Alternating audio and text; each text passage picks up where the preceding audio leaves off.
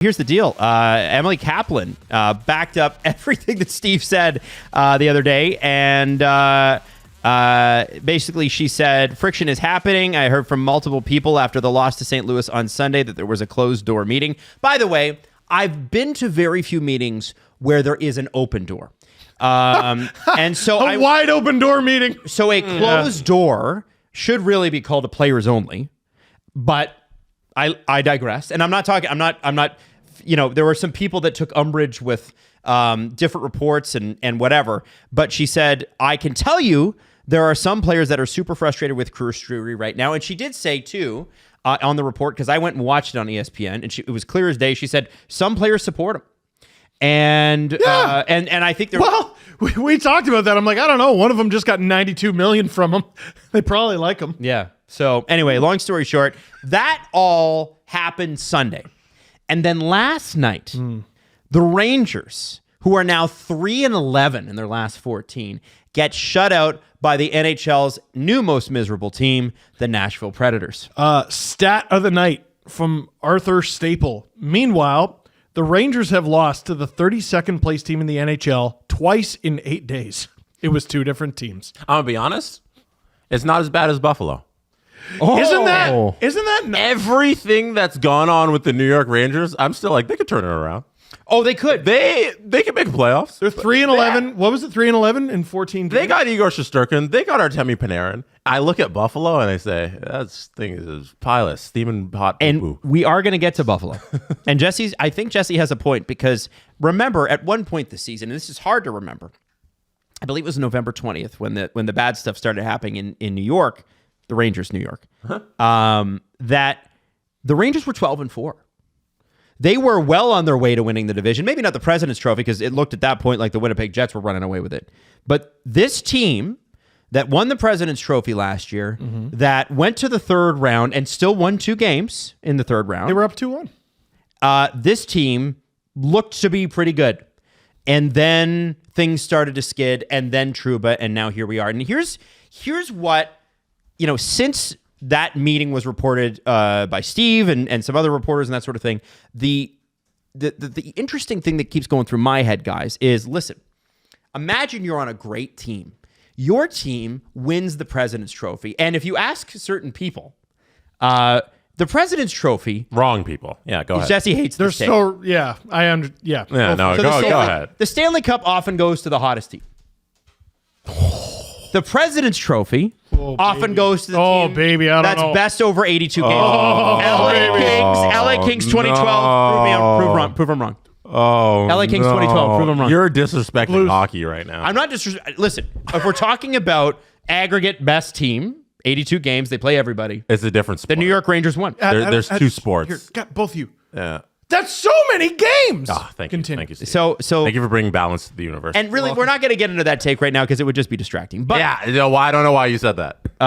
Because I love. So what Adam's I talking love how about upset it makes Jesse, because it's right, and he's so mad about it. President's Trophy is meaningless. Now, it's not that bullshit. The that Calder is Cup. bullshit. Like the Calder Cup, it is meaningless. The President's Trophy is not meaningless. It is truly meaningless. How much did it mean when the Florida Panthers won it?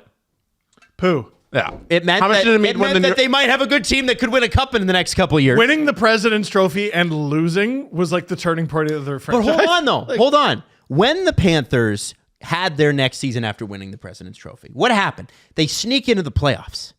And then they go down 3-1 to Boston. Yeah. And then they beat Boston, who had a record-setting year. Mm-hmm. And then they go all the way to the Stanley Cup final. Yeah. I want everybody to be aware, because Jesse was bang on the money when we started this show. Mm-hmm. Florida did not have a great follow-up to their President's Trophy year, except for when they hit the playoffs.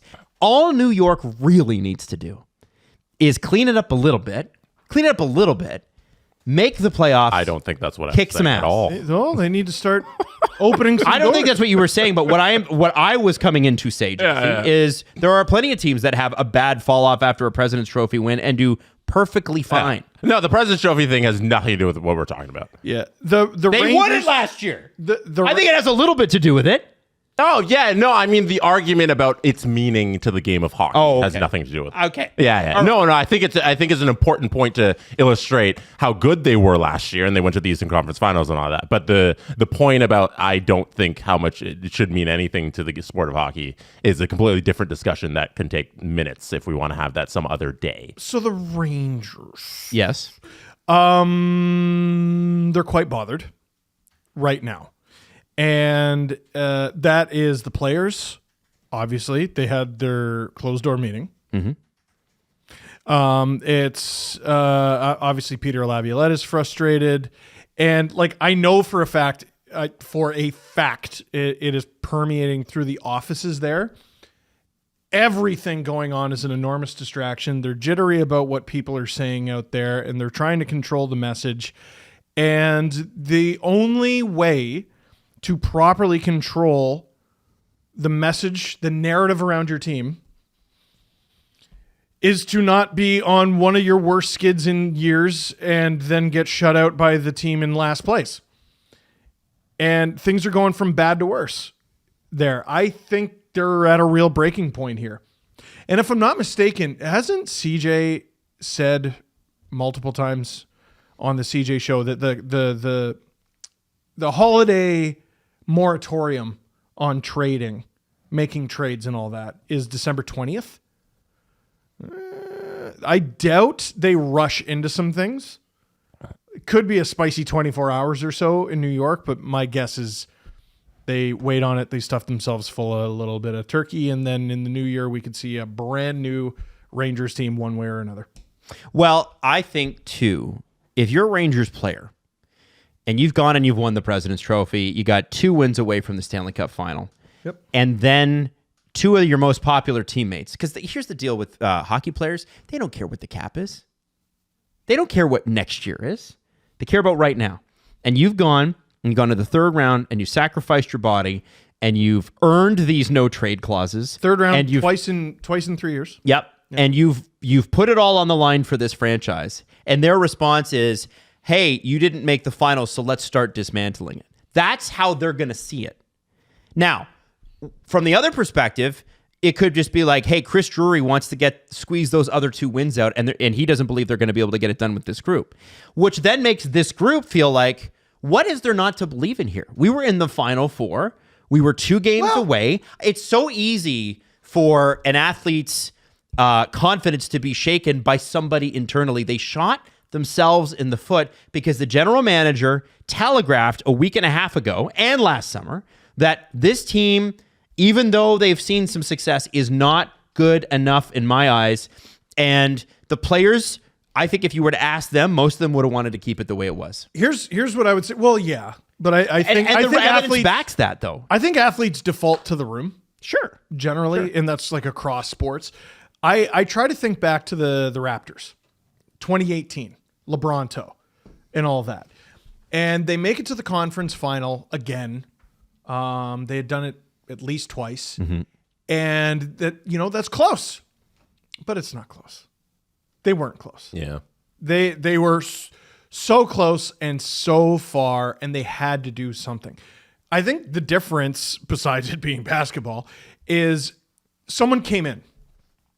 They got rid of Barclay Goodrow and replaced him with... Okay. And they got rid of Jacob Trouba, and he's been replaced with...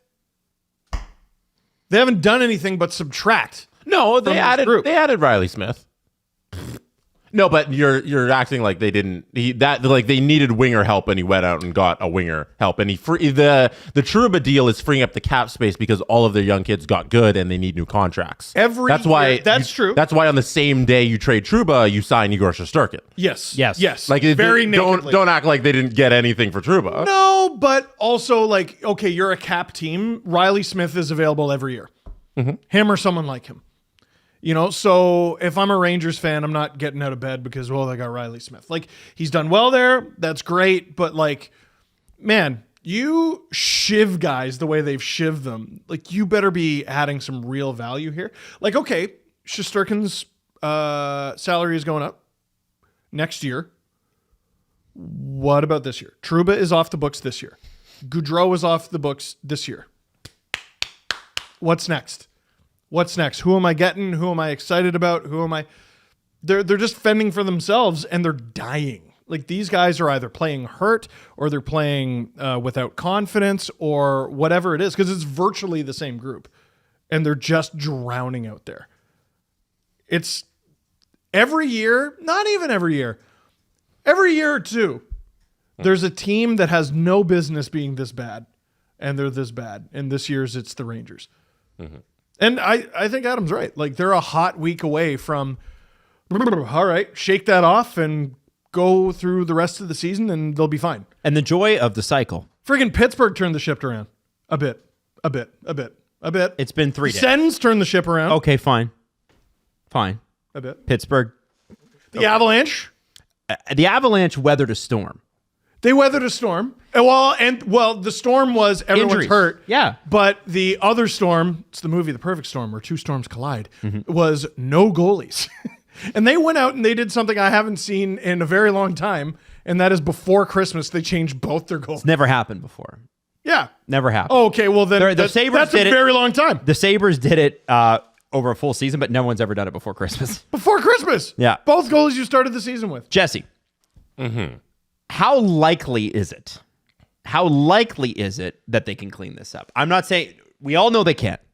How likely is it? When I see Lindgren's interview yesterday, he seems so frustrated. It's almost like he doesn't know what to do. And a lot of people are pointing at him like he's the problem. Yeah, Lindgren had a bad game on Sunday. Like, I don't think Lindgren was especially good at any moment on Sunday against St. Louis. And if they don't have a chance at all, if the guys on the ice can't turn it around, because it's not like, I understand your point about like, hey, you wish Drury did more with the roster, but it's also the guys on the ice aren't playing well. Yes. So Yeah. it's like Totally. you're not rewarding these players because they gave up on this season, and so far they have right now, especially with the efforts from the star players. It's not the kids who are not trying. Like Kakko, after getting scratched, Was pissed. He looked spectacular. You look good. Again, nobody really looked spectacular. I shouldn't say that, but he looked decent against the Preds. He looked unscratchable. He looked like he should be a player who's in the lineup every day, and it's ridiculous that he's the person who gets the scratching on Sunday. But if we want to talk about the on-ice performance, the opening goal, it's Chad Ruhwedel, it's Vakanainen, it's Zibanejad getting a 3-on-2 taken away, going the other way for the Preds, and the Forsberg, Stamkos, Marchessault line trio that was out there looked like what Barry Trotz wanted and what he thought he was buying in the offseason. They look like an all-star team on that first goal because that is a very literally, you could see that at the All-Star game in recent years. 100%. They look spectacular on this 3-and-2, just eating these two defensemen alive, and Zibanejad trying to get up in the rush because everybody looks out of place, and Mika looks so slow, and the defensemen are making every error you can possible. And I look at the on-ice product of the New York Rangers, and I say it's not good enough. It's not good enough from the people you know should be better. And you look at the head coaching, the head coach can't motivate anybody, and that's a large part of your job as a head coach. And then you look at the general manager who is just playing shenanigans with his team and doing whatever he wants with no regard for anybody's feelings, and that's not inspiring confidence. So I don't know where you go forward here. He's on the wrong app on his phone, I can tell you that. They have $7.5 million of cap space, which is the good news. Mm-hmm. But like you said about rewarding the players and not wanting to do that, okay, you usually got to get a player of value, of $7.5 million of value, you got to pay something to get something. Exactly. They have all their first-round picks for the next 3 years. That's good. They don't have a second or third this year. In fact, they don't have a second until it looks like 2028. Mm-hmm. So I don't know exactly what you do to fill that void. You have to, at this point, you basically have to trade off your roster. Mm-hmm. But and with the effort given by the Rangers right now, and we love to use Vegas as an example of how ruthless they are and everything that they do with their players, and they just care about winning. And it's like when Marc-Andre Fleury was traded away, I know Mark Stone just stopped playing hockey. You know, like he didn't back check. Well, he didn't play a 200-foot game. Pete DeBoer got fired because that team quit on him. Yeah. And you could talk about the goaltending issues that they had that year, but that team stopped playing for Pete DeBoer. Mm-hmm. That was a bad year for Pete. I think it's a different circumstance when they quit on the head coach versus quitting on a general manager. Yes. Because they traded away one of their favorite players.